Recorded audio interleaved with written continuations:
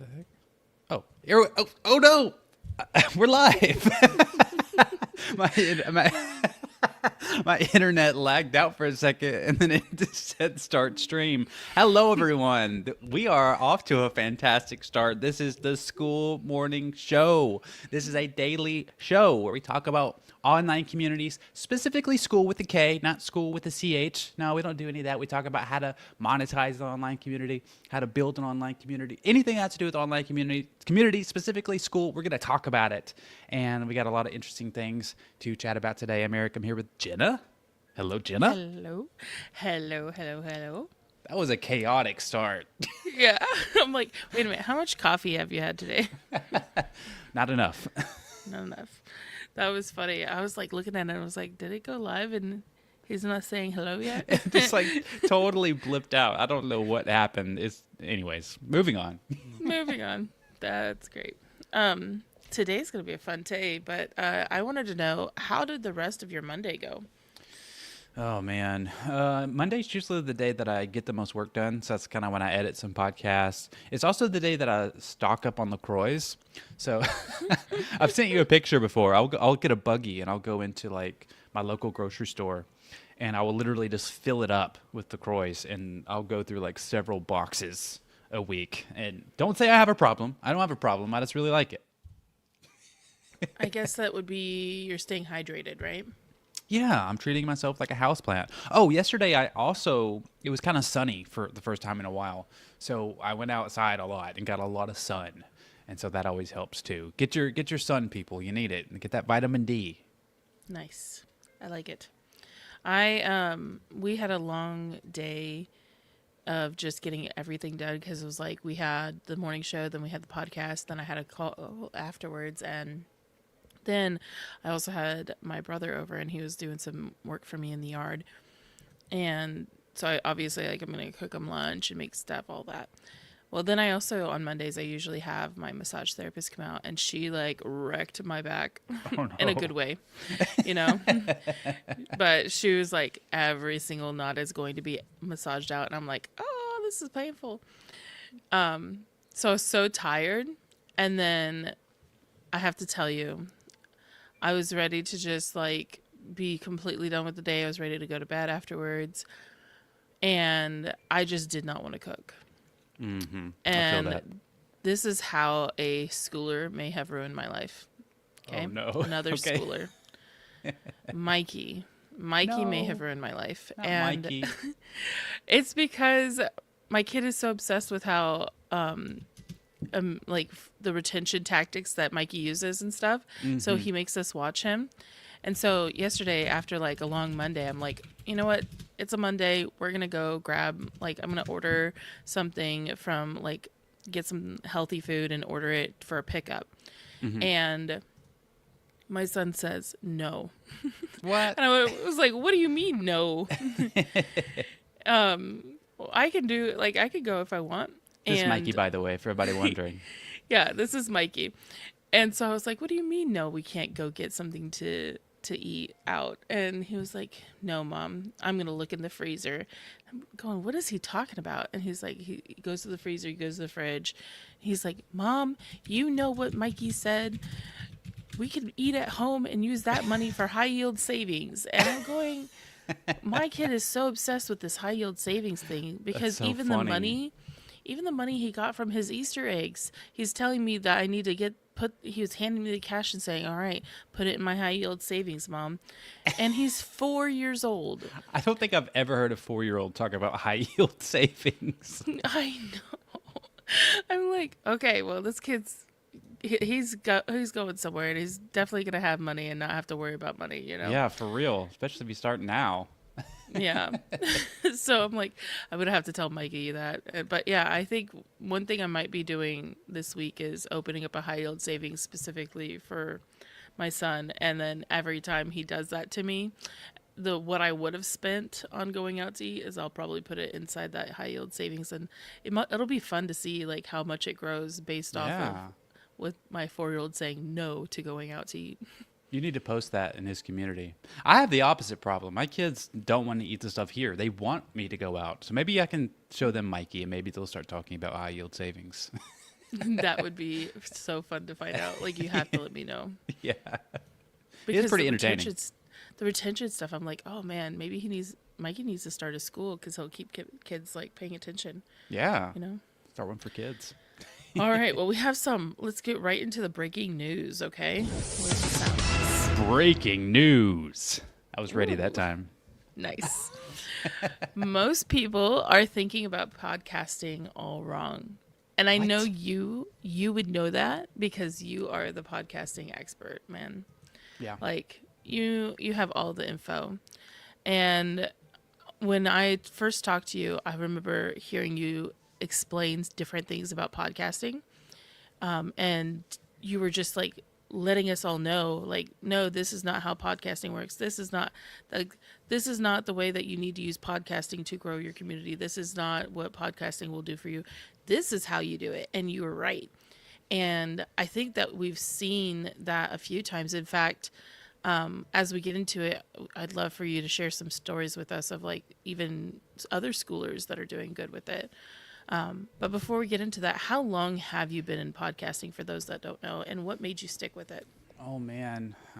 Well, officially probably about 10 years, but I have been messing with audio since I was like a kid.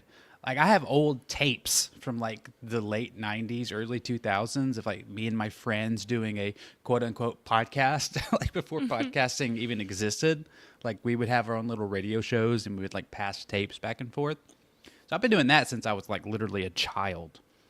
But I got into podcasting because I was already doing a lot of audio related stuff. So my first business I ever started was a recording studio. I actually called it my backpack studio because I would use a laptop and like just like some old crappy equipment. And I started recording all the local bands in my area.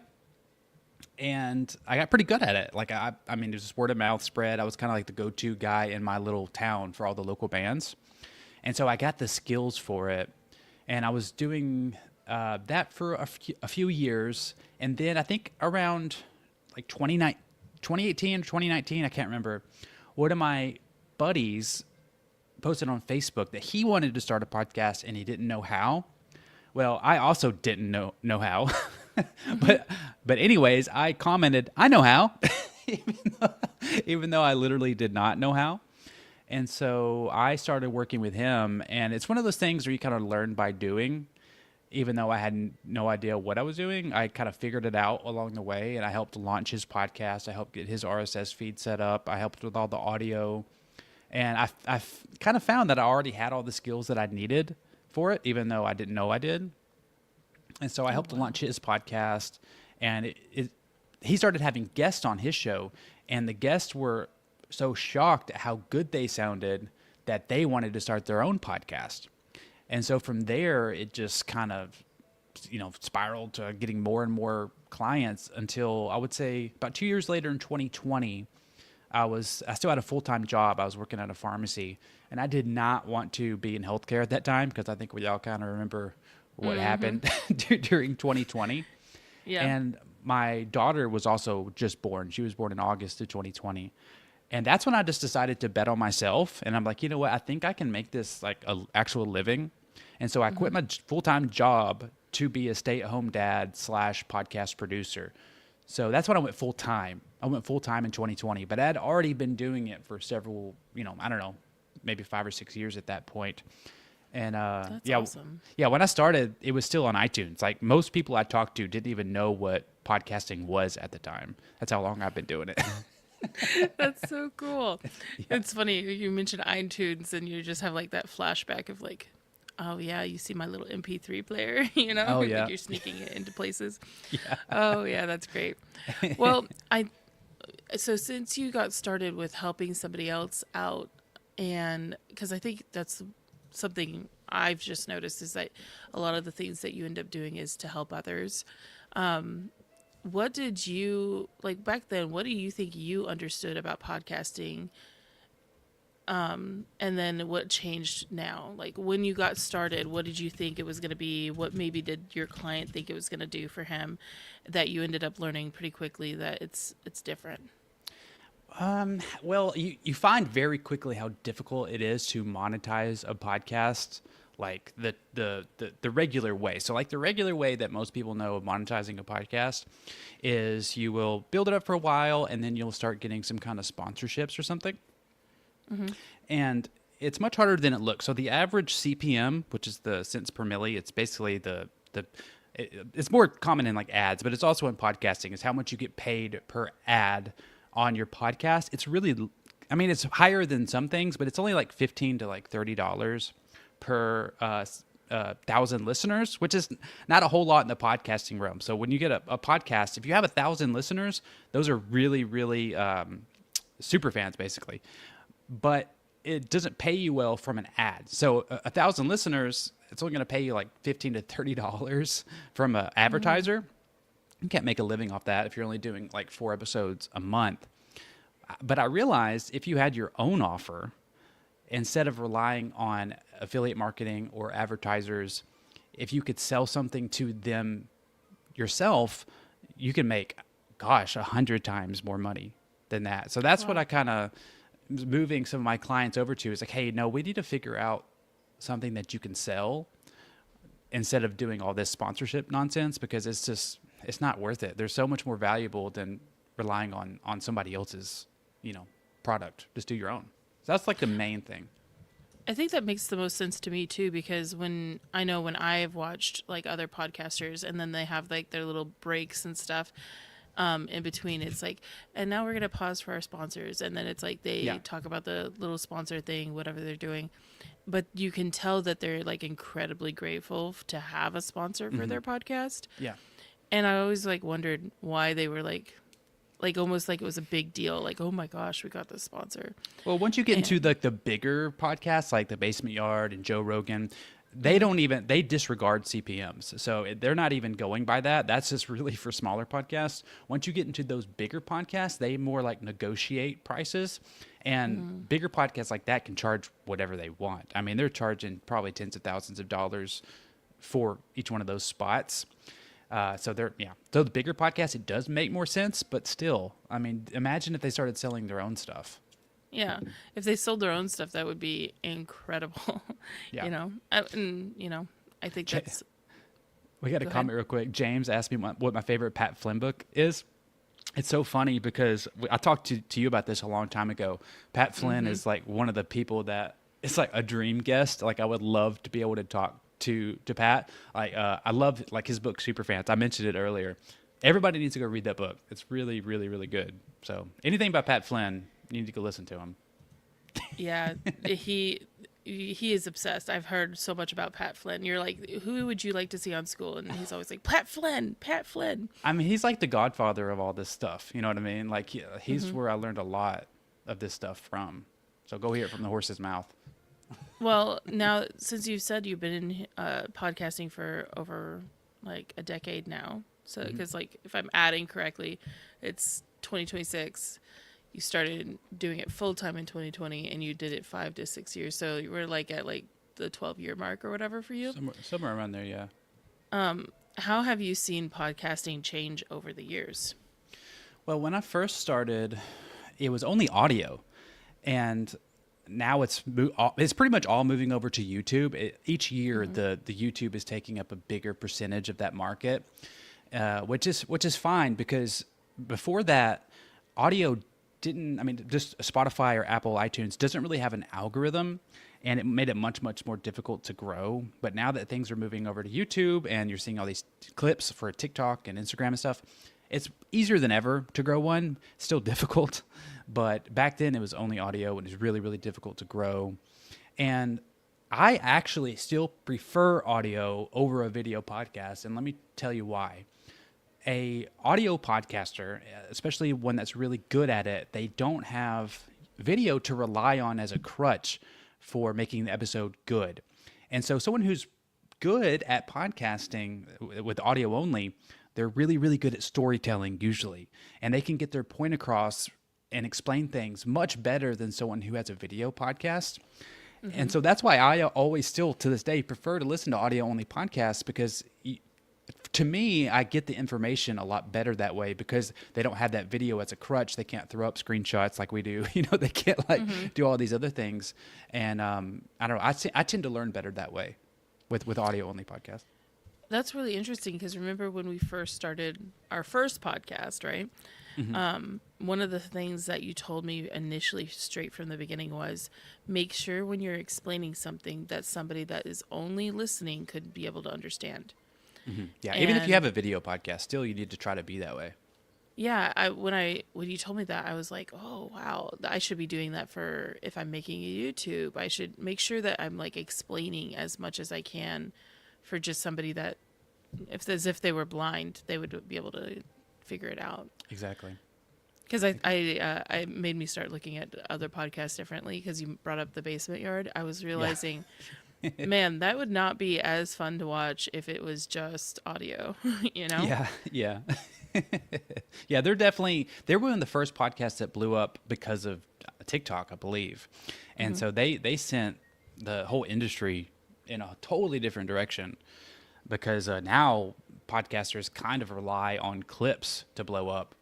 And now you're actually seeing a lot of just the style of shorts content change to podcasts, and they're not even real podcasts. People will just get in like a fake studio and record clips, and it makes it look like they're a podcast, but no, they're just making clips. And I think that's pretty interesting. Yeah, you're right. There's been so many times where I'm just like, I don't even think that's a real podcast right now. Or you go to look for it and you find out it doesn't exist. It's like, Yeah, dang it, exactly. I got tricked. Got bamboozled. Yeah, so you brought up Pat Flynn, and that just reminds me of like if Pat Flynn's been doing great, like from even the beginning time frame, but Pat Flynn's going to stay on top of things, so he's also going to know like what's working now versus back then. One thing that I run into, like even with coaching, is that there will be a lot of times there's people that are teaching stuff that's outdated, or they're like they're so good at convincing it. Like they've learned the sales side, but they're teaching people old stuff. So I wanted to ask you, what used to work that people still try to teach today that doesn't really work anymore? Well, I'm trying to think. Like, we could talk about how to, like, as far as like the podcast guesting, is like how people are going about it. There's a show called Grow the Show, which is another really good show about learning how to podcast. His name's Kev. And what he taught for a long time was podcast guesting. And now he's pretty much moving only to strictly YouTube. And I don't totally agree with that. I think podcast guesting is still viable. I think you just have to change how you go about it. And so the old strategy to get on these podcasts is to basically spam email a whole bunch of podcasts trying to get onto it. And back then, basically the yes rate, several 5-6 years ago, I want to say it was like 1 in 20. So for like every 20 emails, you get like one yes. Today, as of like 2026, it's 1 in 400. So for every 400 email you send, you might get one yes. And so that strategy is, as far as I'm concerned, is pretty much dead. And the reason for that is about the last year and a half, 2 years, all of these AI podcast guesting agencies have just sprung up, and they're charging people thousands of dollars to spam email for them all of these podcasts. And it has really saturated the whole thing to where most podcast hosts that I know and that I've talked to aren't even opening their emails anymore because it's pointless. They'll open their emails every day and there's 100 emails just full of AI slop, poorly written. And it's like, say they have a real estate show and they're getting guest emails for like, people like us or like plumbers or something that have nothing to do with their show.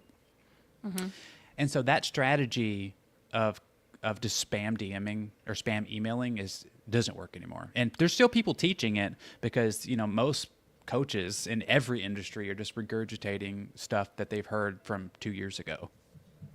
Yeah, it's interesting. Sometimes you can tell when someone's regurgitating something is because you could throw a question at them and they just do like a loop, like a circle back to what they were saying. Like they'll kind of address it. They reframe the question to match what they were going to answer anyways, Yeah. So that's a good thing that you just mentioned. So you said podcast guesting is like to get on to a different person's podcast.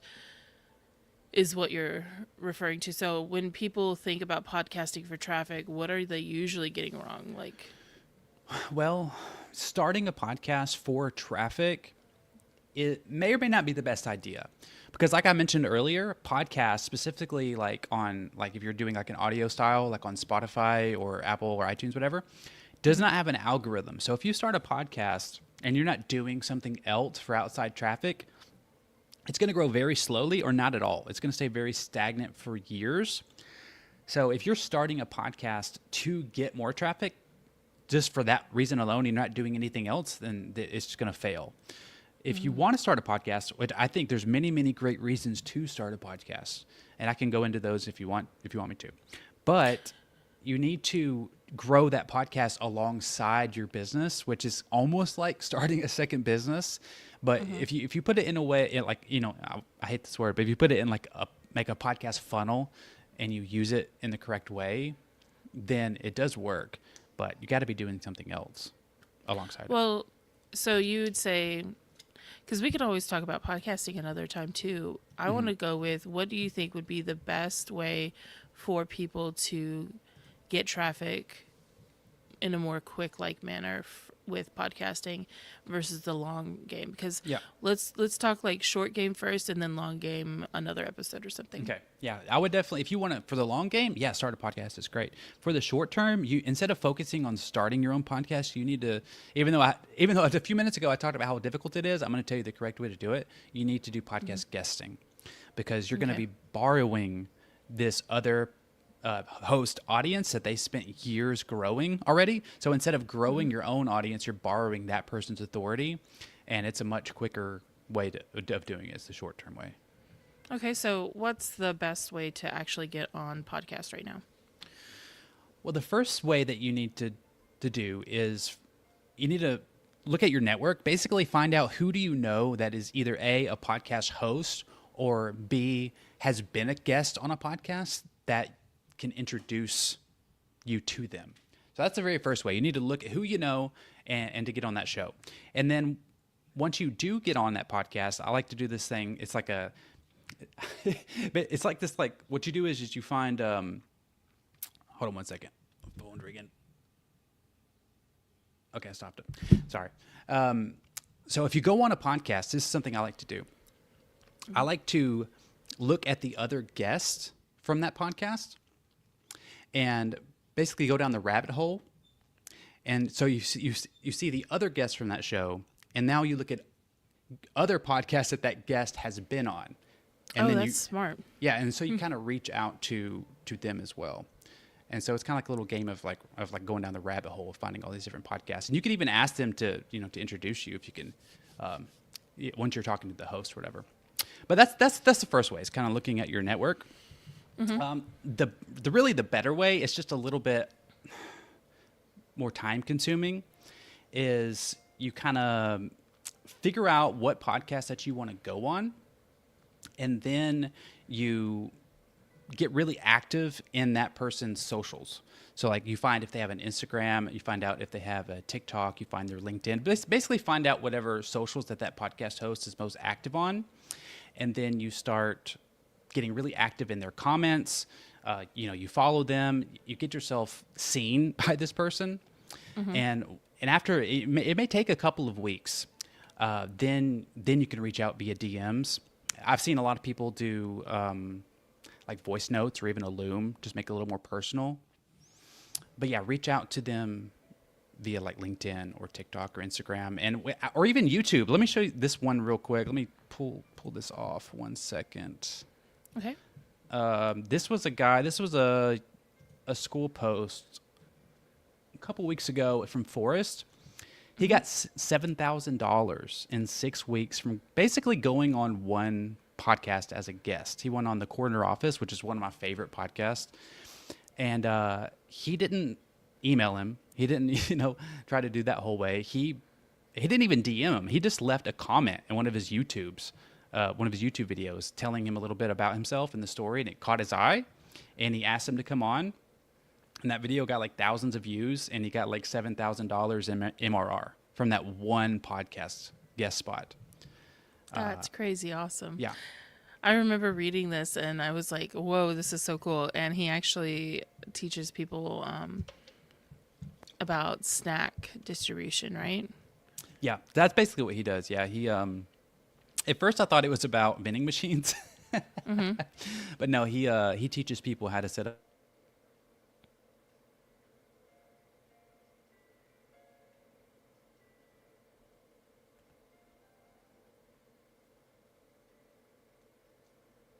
like you said, like a snack distribution company. It's pretty niche. And one of my posts, this is Dr. Chris. He went on this podcast here, got 400 new paid members from that one video.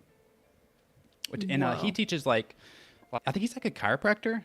I think that's what he does, like some kind of chiropractic Mm-hmm. natural medicine kind of thing. Yeah, he guested on that show. And as you can see, what these both have in common is that these are both YouTube podcasts. And that would be the other thing that I would say to focus on is to try to guest on podcasts that have a YouTube, because Mm-hmm. that's kind of just where the whole industry is headed. And so, yeah. Right. Yeah. Yeah, the DC after his name means Doctor of Chiropractic. Ah, okay. I didn't know That's what that. DC means. Yeah, I only know it because I see a lot of chiropractors. Yeah, that's really cool. So these are actual schoolers that are seeing results from that. Yep. So Here's you another one real you quick talk. from Mary Ann. Uh-huh. She's talking about her friend. She didn't even guest on a podcast. She just got a shout. One of her friends got a shout out on a podcast, and they woke up the next morning, sold out of everything. So Whoa. that's just how powerful it can be. And it's not just like you go on one podcast and then it's 1 week later, that's all you get from it. It's going to stay out there Mhm. forever as long as they don't delete it. And so they could be seeing, new members, new clients for a long, long time from that one podcast. So That's amazing. that's why I like it. So you're talking about like how outreach is changing, especially because emails are so saturated now. How are you, besides like going and finding them, what and messaging them on social media? Like, how would you get in contact with the host today where you would actually be seen? Because as you were saying that, I've seen people teach this for LinkedIn, right?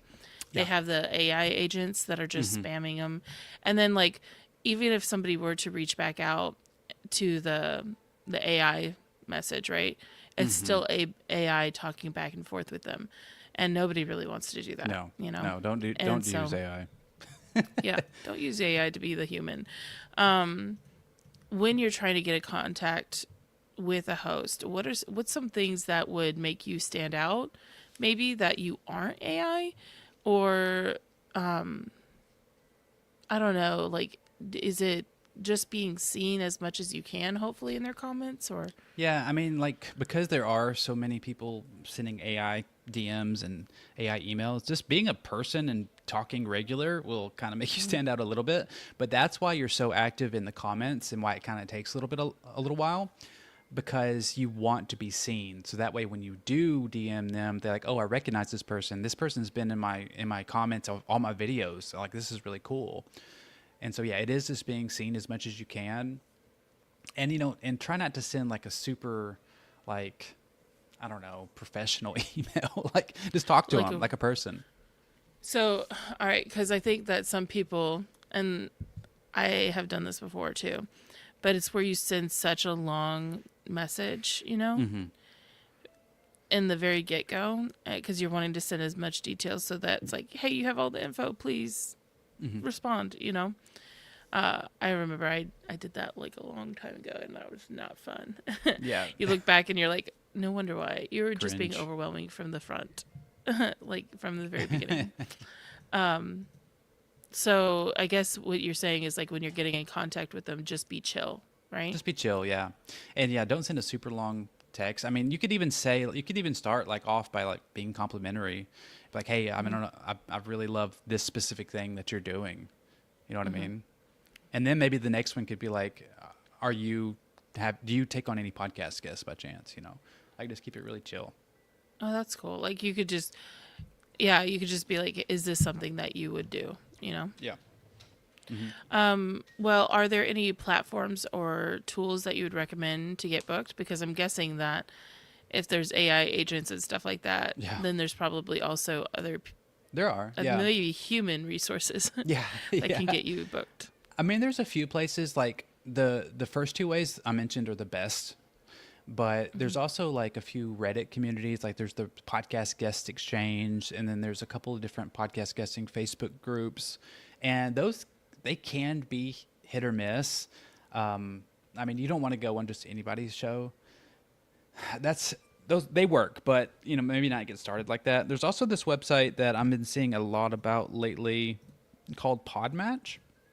And it is a paid platform, but it basically, I forget how much it is. It's like, it's not even like $20 or something like that. And it will kind of like works like Tinder. And it will find podcasts that it thinks that will match up well with you. And, you know, you can just start talking to them. And I've seen quite a few people, every time I look into this site, I haven't tried it myself, just being transparent, but everyone that I've seen use it has really liked it. So, I mean, maybe me and you could test it. And we'll get back to y'all if we like it or not. But I've heard a lot of positives about it. That would be fun. Well, we should definitely test it. That would be cool. Maybe when I get back from my mini vacation, because Yeah. not beforehand. That's too much stress. Well, here's another question I have. If somebody is reading it as a host, what makes it an easy yes for a podcast host to look at your message or to look at you as someone that they would bring on and then go like, yeah, this would be a good decision? Well, just being blunt, that podcast host doesn't care about you. You know, Okay. they only care about their audience and having a good episode. So the best way that I've found is instead of going about it of like saying, oh, here's all the amazing things I've done and here's how awesome I am and just talking about yourself, it's better to lead with a specific topic that would benefit that person's audience. So it's going to take a little bit of homework. You might have to listen to an episode, but which I say to do anyways, because you can kind of get an idea of how that person talks and the kind of podcast that they have. And just kind of think about your offer. What's a topic about that would benefit that person's podcast? So lead with value, basically. And just don't just like talk about all the amazing things you've done, which you can do. You can say that, but lead with, here's what I can teach, or here's I think your audience would really like this. And it's some kind of topic that aligns with their podcast. You know what I mean? Did I explain that? That brings up my next question a little bit more, and I could clarify even more. Is like, what are hosts actually looking for when they bring someone on? So you mentioned it was that's something that their audience would like, but if you were trying to pitch them, like, what do they want to see from you as far as being prepared for it? Like, would it be even coming up with your own questions, or Yeah. what do they need it to be Yeah. easy for them? Yeah. I mean, yeah, that's why it is good to come with like, and that may not want to be like the first email, but you could send like, here's a list of topics that I normally talk about. You could even send past podcasts that you've been on. That's why I've seen some people have good luck with sending like a Loom. Because, you know, you can have your podcast set up the way it would be in the podcast. Like, this person's wearing headphones. This person has a microphone. This person looks professional. And, yeah, they at the end of the day, they just want a good episode. They want someone who's good at storytelling that can bring value to their audience. And so anything that you can do that shows that you know what you're talking about is going to help. That just unlocked something for my brain. Okay. So, when you said send a Loom, I was like, okay, well, do they have time? Like, would they really want to watch that? And it's like, yes, because if somebody had like a video podcast, right, not just audio, then a Loom would be your first way to show, yes, I do know what I'm doing. I have the mic. I know I can sound good. Share a little bit, if you twist it into like answering a question, it's like, you might wonder what I'm like, some of the topics, and you go into like one of them.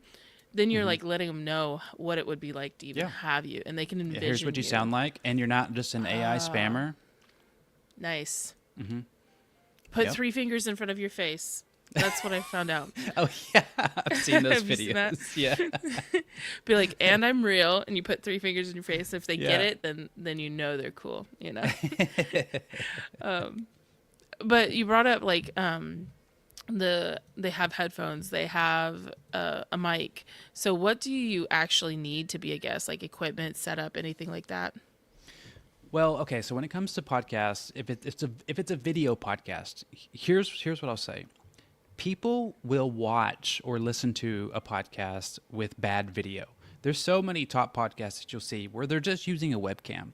The video is not that important. You don't need a $5,000 camera. So you can just use a webcam. But people will absolutely click off a video or a podcast that has bad audio. So I will say that it's absolutely important that you have some kind of microphone. And like I said, with the camera, you don't need a $400 or $500 microphone. I've had a $400 or $500 microphone, and 99% of people cannot tell the difference between that microphone and this one that I'm using right now that's like $60.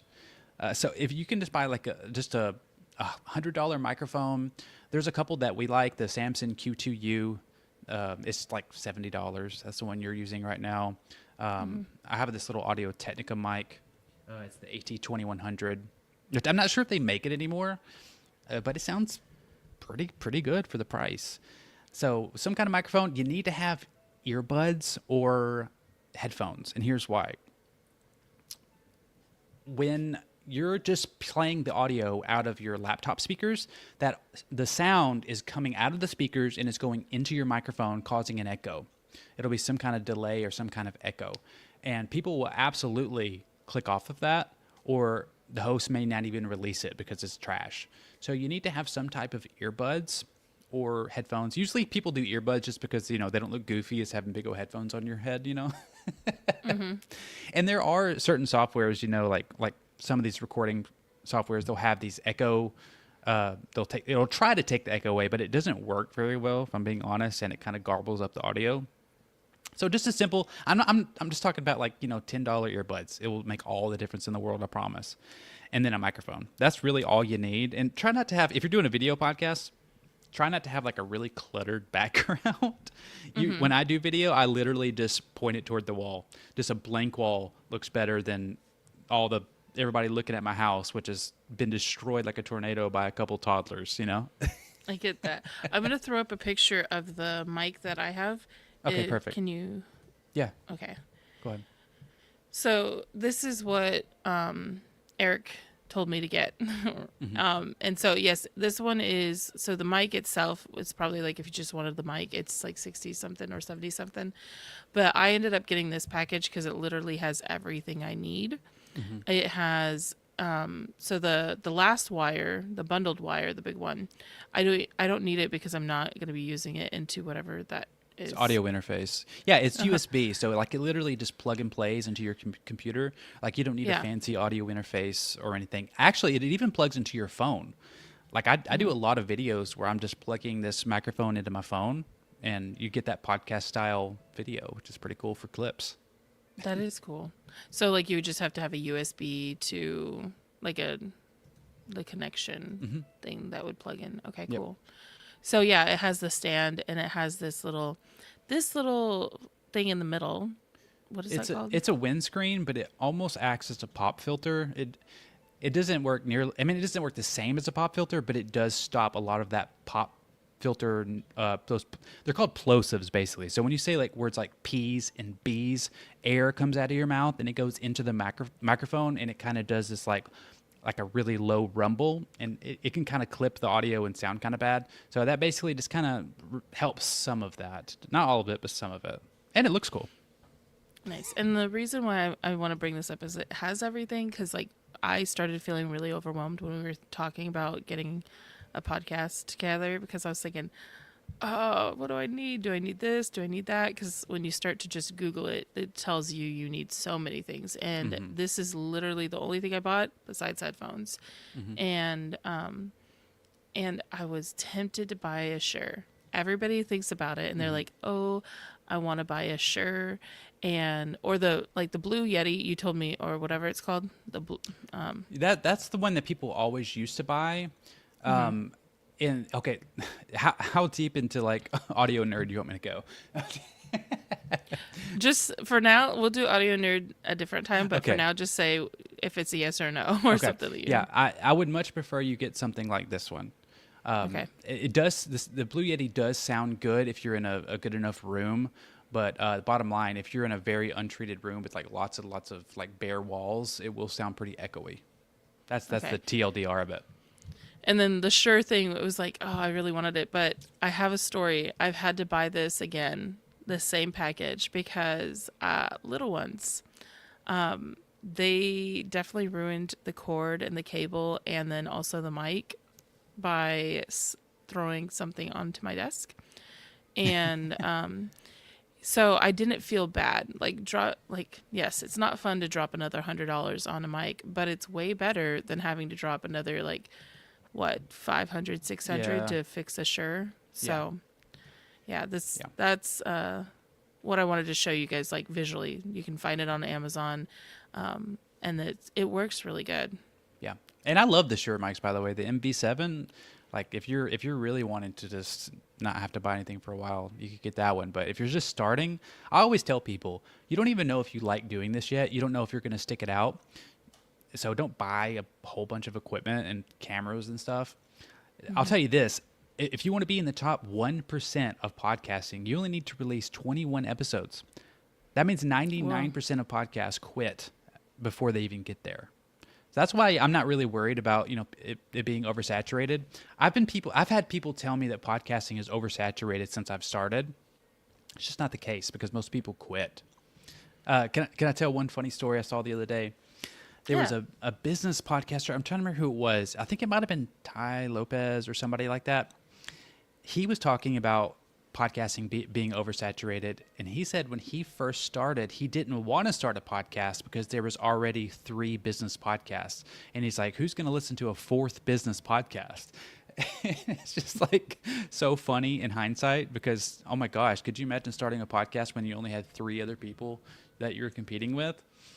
And, yeah, I think there's infinite room on the top shelf because as long as you're good, you're going to do well.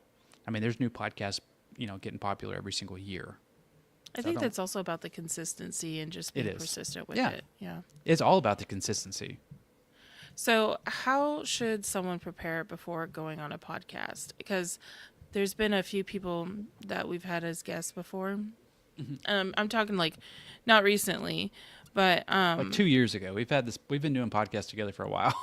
yeah, 2 years ago we had a couple of people where we would do all the recordings prior and not do live ones.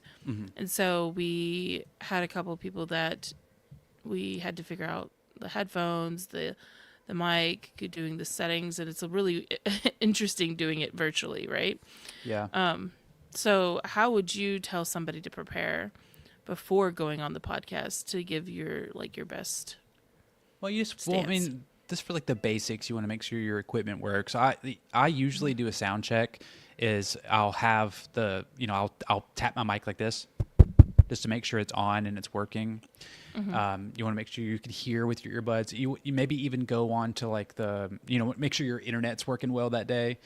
Maybe plug in the like instead of doing Wi-Fi, do the wire, whatever that's called. But so just the basics of that, but also like make sure you have your points.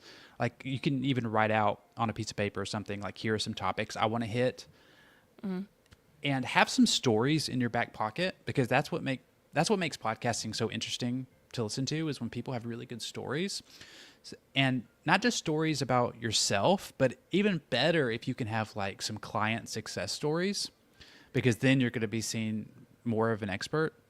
So yeah, you can talk about some things that happen with you, but I don't know, like you talk about when you talk about what you teach. So when you're talking about what you teach, go into this story about how Deborah did it and she made $20,000 and just kind of go into that and how it changed her life. And having stories like that in your back pocket will really make you stand out. All right. Well, now you have me bringing up a story right now about how you said something to me to prepare. You want to talk about your vocal exercises, Eric? Oh, Lord. Yeah, I forgot about this. So one of the jobs that I used to do was I helped voice actors create demo reels.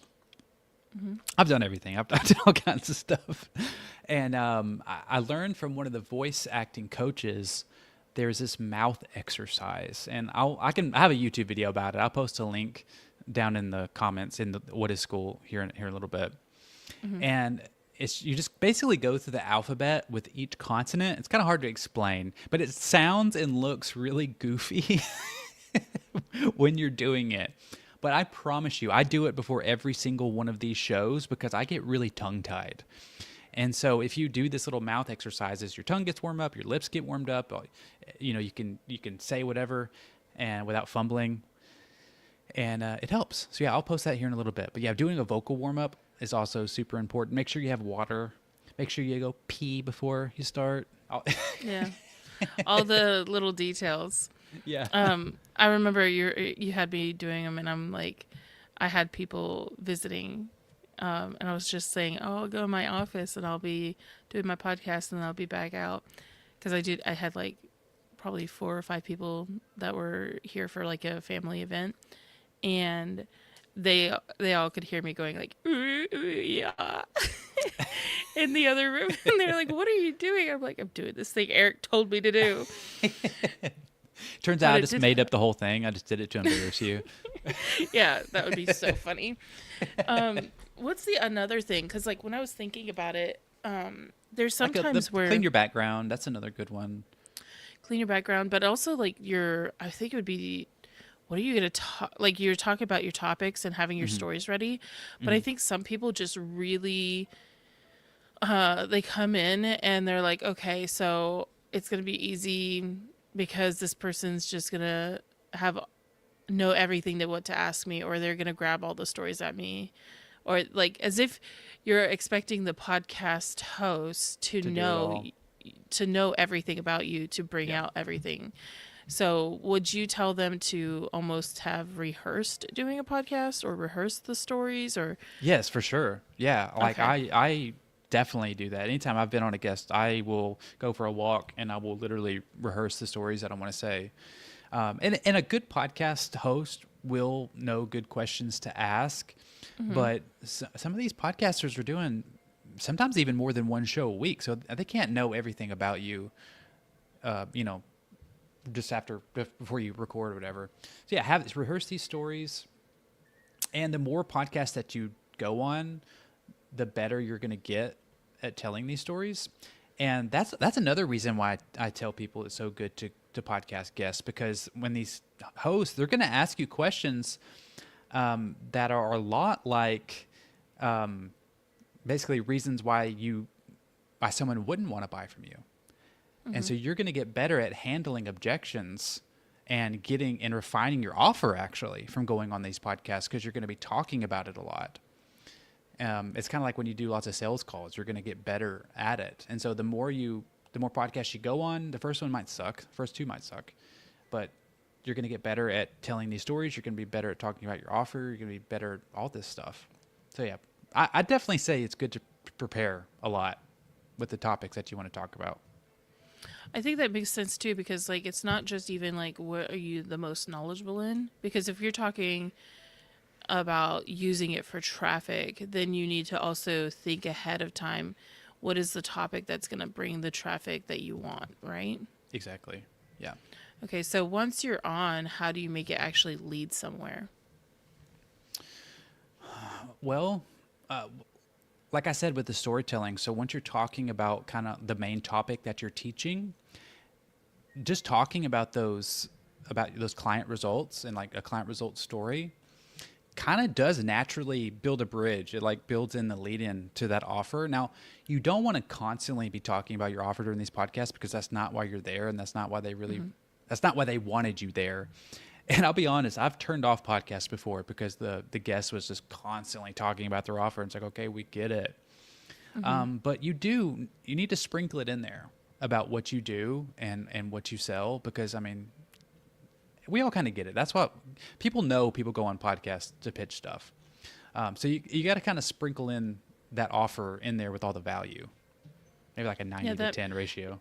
That's so funny that you say that because like anytime I'm like, okay, Tony Robbins is bringing on or is going on all these different podcasts, and I'm like, so I immediately what I do is I go to Google. I'm like, what is Tony Robbins Mm-hmm. up to today? Like, what is Yep. he releasing? What kind of event is he having? Mm-hmm. Or the same with like Alex Hormozy got on a bunch of different podcasts as a guest before he did his 100 million Mm-hmm. money model launch. So it was like, what's about to be released, you know? Mm-hmm. Yeah. So I think that makes sense. And those bigger podcasters, those are also just part of their content strategy. Like they'll go on podcasts just to get clips for their Instagram and TikTok. And I mean, there's lots of reasons to go on podcasts. Like, I mean, there's the podcast clips, there's the selling your offer, I know a lot of podcast guesters that will, or business entrepreneurs who will go on podcasts just to build their social presence. Because when they're about to start running ads, it may be for something probably high ticket. And I don't know about you, but for me, if I'm click on an ad and it's for something really high ticket, I'm not just going to instantly trust that person. I'm going to go search their social media. I'm going to search what podcasts that they've been on. I'm going to listen to some of that and make sure what they're talking about on this ad actually aligns with what they're saying everywhere else. And so there's a lot of entrepreneurs who will go on podcasts just so when people Google their name, they're like, oh my God, this person's been on all these shows. Like they must actually be an expert. Yeah, it's also like lead nurturing. That would make sense too, because like now you've gained their trust because you were able to go and talk about this one subject over and over. It's not just one of those things where some entrepreneurs, you see them, they are constantly just coming up with something new because they can't follow through on one thing, which is totally different than pivoting. Yeah. So, do you recommend sending people to a community, a lead magnet, or something else? Well, you got to think about the podcast listener. If it's specifically audio, if they're listening on Spotify or even on YouTube, when I'm listening to a podcast, I usually have it in my pocket or I got earbuds or something. I'm washing dishes, I'm driving, I'm doing something else while I'm listening to this podcast. So it's a much harder ask to ask that person to go get their phone, go get their wallet, open up their credit card, and buy something from a podcast. It's much, much easier of an ask if you have some kind of lead magnet. Even better, like a free community. If you just have like a paid offer, I'm not saying it's not possible because I showed you a couple there, that Dr. Chris and Forrest, where it is possible. But honestly, I think having a community is much better. I think that's why it works so well for them, because they have communities. I think the best way to do it would to send them to a free community.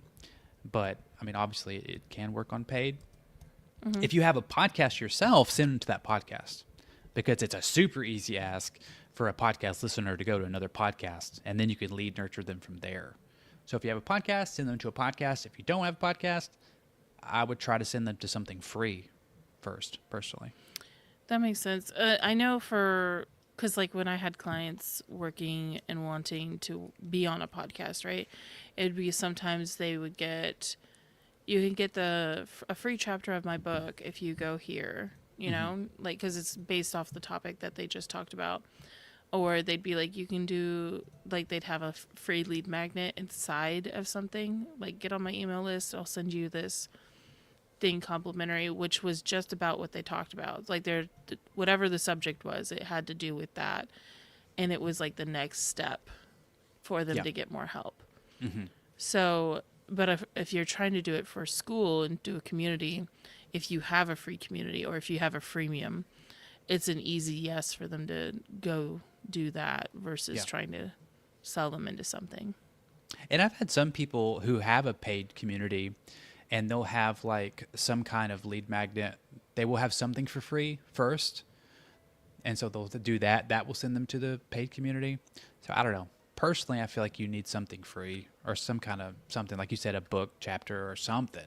Something, geez. You know what? Something. Just give them something. I think it would be cool. You know how we talked about workshops is like to say, hey, if this is a subject that interests you, like something that we're doing, I'm going to have a free workshop. And in the workshop, you can sell them over, right? Yep, that could work too.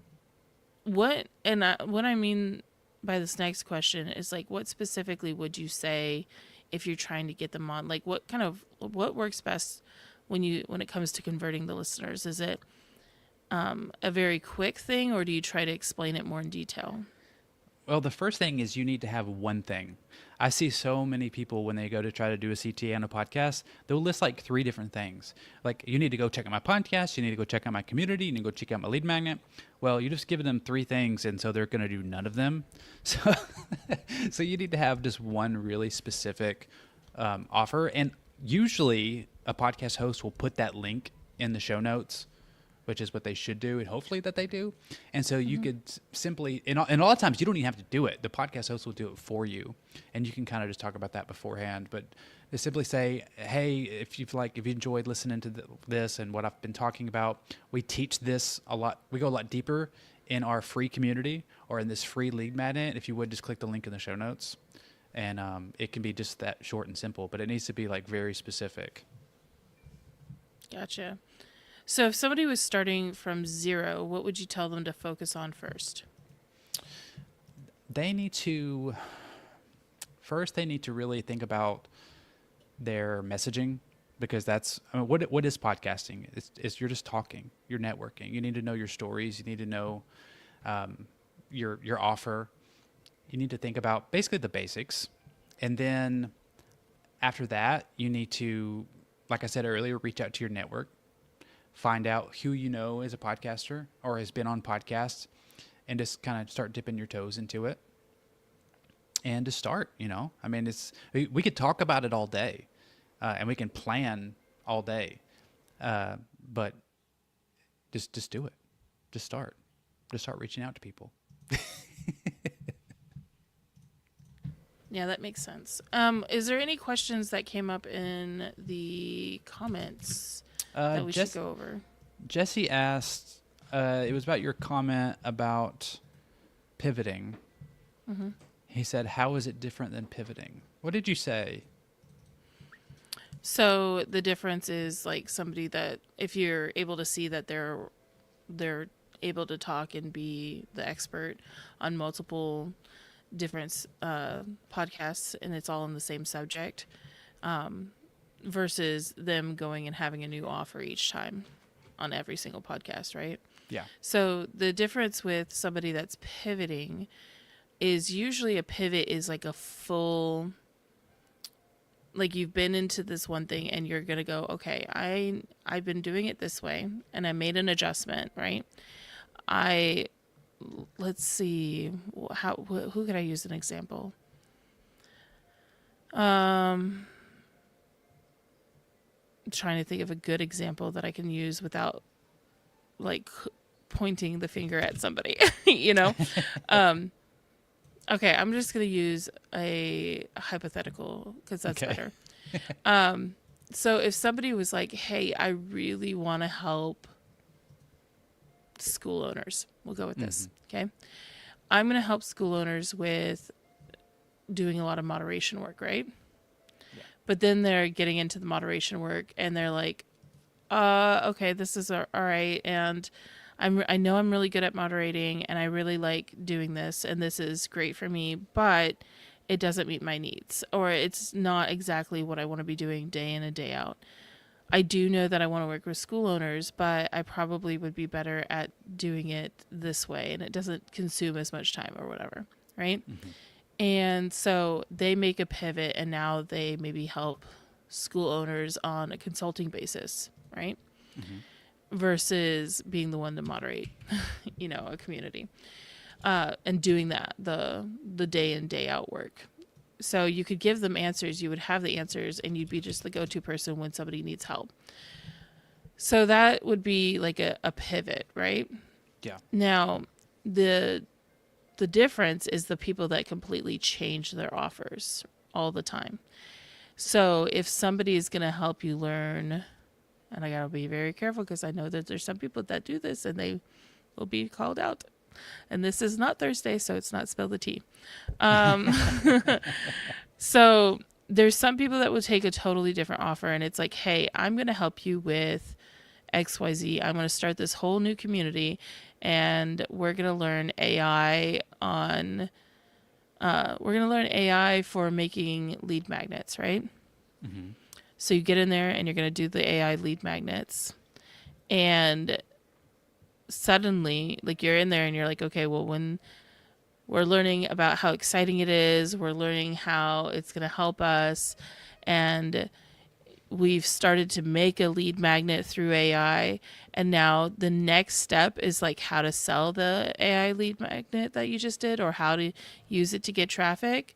And then that owner just completely drops that and goes, we have a new thing that we're going to do. AI lead magnets, like, sure, that's cool. You can keep going with it if you want to. But now what we're going to do is we're going to pivot this over to making funnels. Now it's that we need to make this entire funnel, and in the funnel it's going to be an AI chat bot. And so this chat bot, and then so that you make the chat bot, and now you're like, okay, so now the next step is like, okay, we're going to get people into this funnel. And then it stops. And that person goes, okay, well, actually, now what we're going to do is we're going to do email sequences instead through AI. So it's like they keep leading you on and you never complete the thing, but they're so good at sales. Like what they're good at is they're good at sales and getting people to say the yes, but they're never good on the follow through and the delivery. Mm-hmm. Pivoting is totally different than that. Pivoting is realizing, hey, this wasn't for me and I need to make an adjustment, but you're not just dropping people with what you were planning on doing without like it's like you're just reselling the same person for something different, right? Mm-hmm. It feels, and you usually will feel a pivot. Your people will usually feel behind you and they'll be excited. Like they're like, I agree with you. Let's go for it. And then the person that does that flip-flopping because all they're good at is sales, like which usually means that they shouldn't be the one selling the offer. They should just be the salesperson for somebody else's offer that will follow through. Yeah. That one will leave you feeling like, ugh, you know? Yeah. Like you're wasting my time, but I want to get there and you're so convincing, but like, come on, where's the actual point where I get the win, but you're never getting the win. Yep.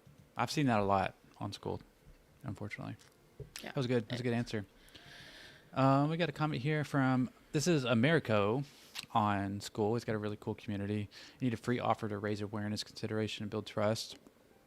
I think so with podcasts. I think it makes it easier. That may not be the case for everybody. I mean, sometimes your free stuff is just you having a channel too, like giving so much free information. That's something that you said that I didn't really realize until the other day, that your free is your YouTube or it is your podcast or whatever. Mm-hmm. And I mean, it's so simple, but it makes so much sense. I guess I've just gotten so used to the free school to paid school funnel, whatever. I didn't even think about the most basic thing like that now, but yeah. I agree. As far as the podcast, yeah, I agree. Yeah, I think with a podcast, if you're guesting, you definitely need to have something that it's kind of like motives. The motive word comes back. It's kind of like dangling a carrot, but it's more of like a instead of thinking as a dangling a carrot where you're trying to like lead someone sneakily or whatever, right? You're not trying to hook them in. It's not fishing. Instead, it's more of like a party favor, right? Mm-hmm. Like you came to my party. Thank you for coming. You're the hostess or the host. And you're like, here's this gift that I'd like to give to you because you came and spent time with us at this event that I invited you to, right? Yeah. They went on the journey with you. So here's this party favor. That's how I would view it. And I don't know anybody that doesn't like a little goodie bag, right?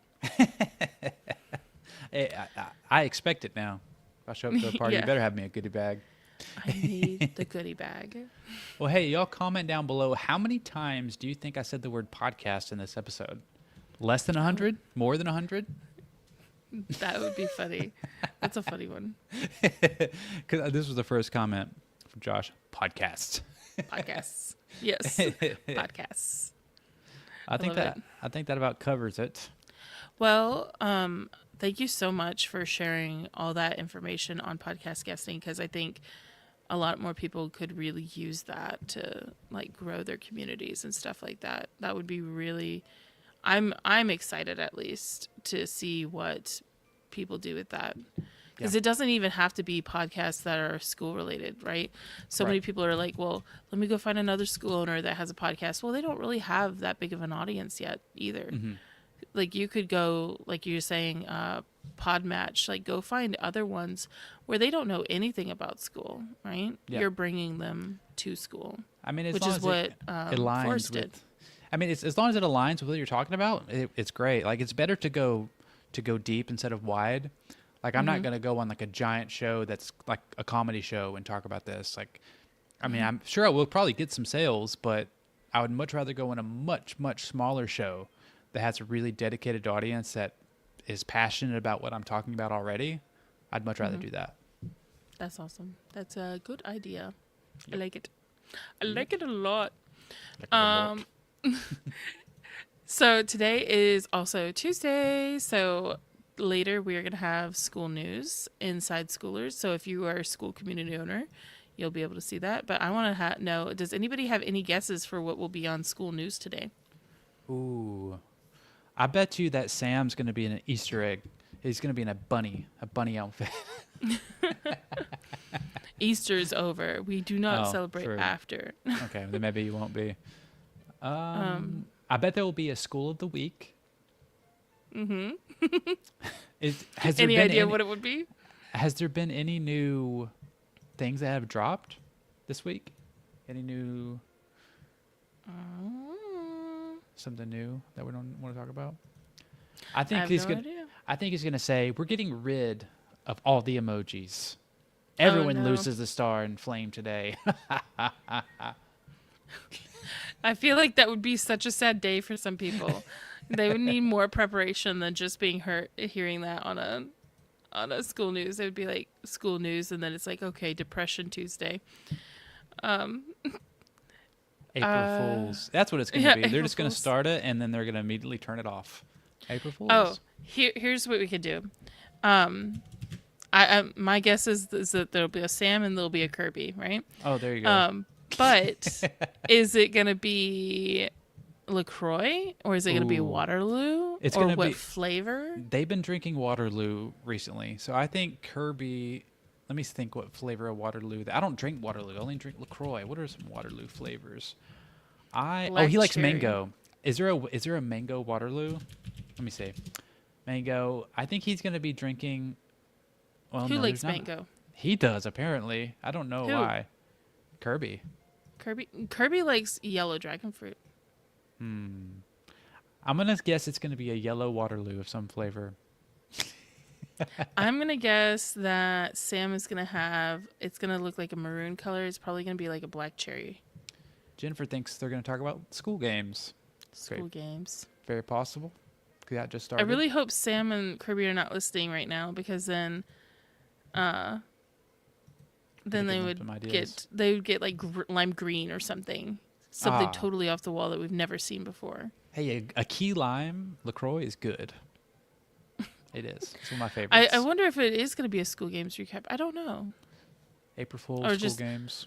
because like school games isn't happening until mid. Like this last one isn't going to happen until mid-April, so it's not even happened yet for this last quarter. So it won't be just.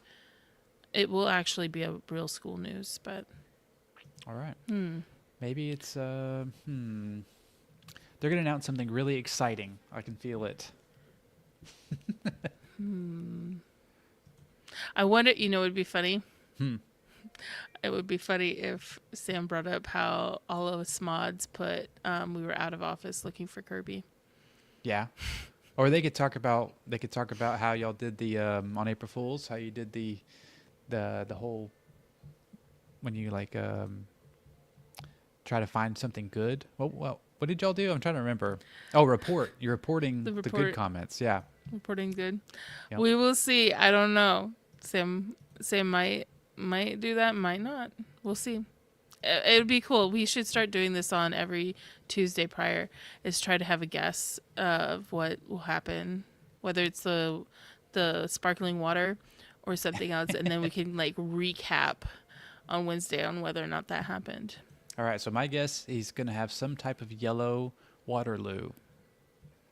I'm guessing that Sam will have a maroon-looking Waterloo, like a maroon or burgundy color. There we go. We'll find out in about an hour. All right. So you guys have a great day, and we'll see you guys on Skool News. Bye. Bye.